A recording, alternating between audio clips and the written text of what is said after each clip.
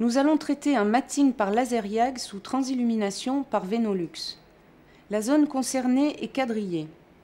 En lumière normale, vous apercevez le matting au centre de cette zone, ainsi qu'une veine réticulaire bleue à proximité de la lésion. Sur un plan rapproché, voici le matting à l'origine de la demande de traitement. Sous transillumination par Venolux, la veine réticulaire est bien visible.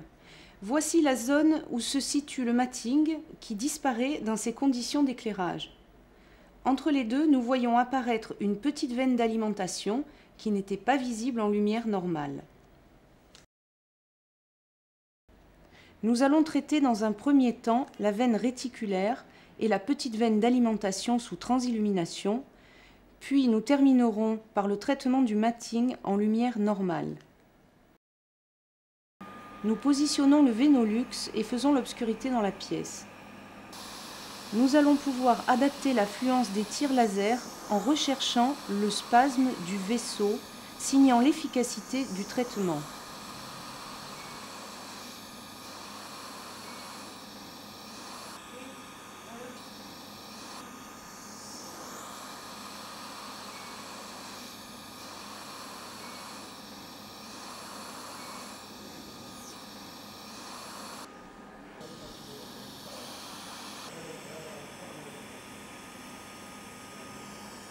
Cette fluence est adaptée plus finement du fait du contrôle visuel.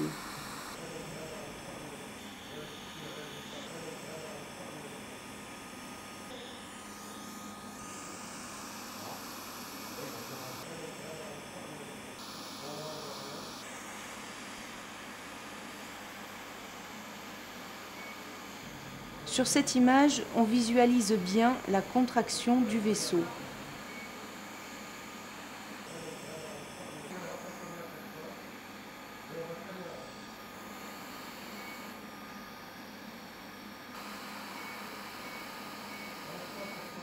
Tout le traitement est réalisé avec une pièce à main de 3 mm.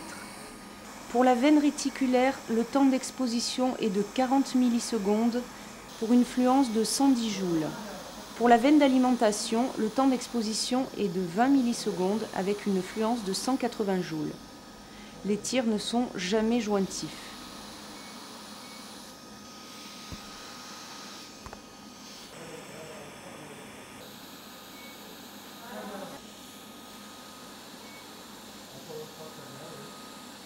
Comme vous pouvez le constater, la transillumination par Venolux permet de traiter sous contrôle visuel permanent. Ceci permet l'optimisation du traitement par laser YAG des lésions vasculaires.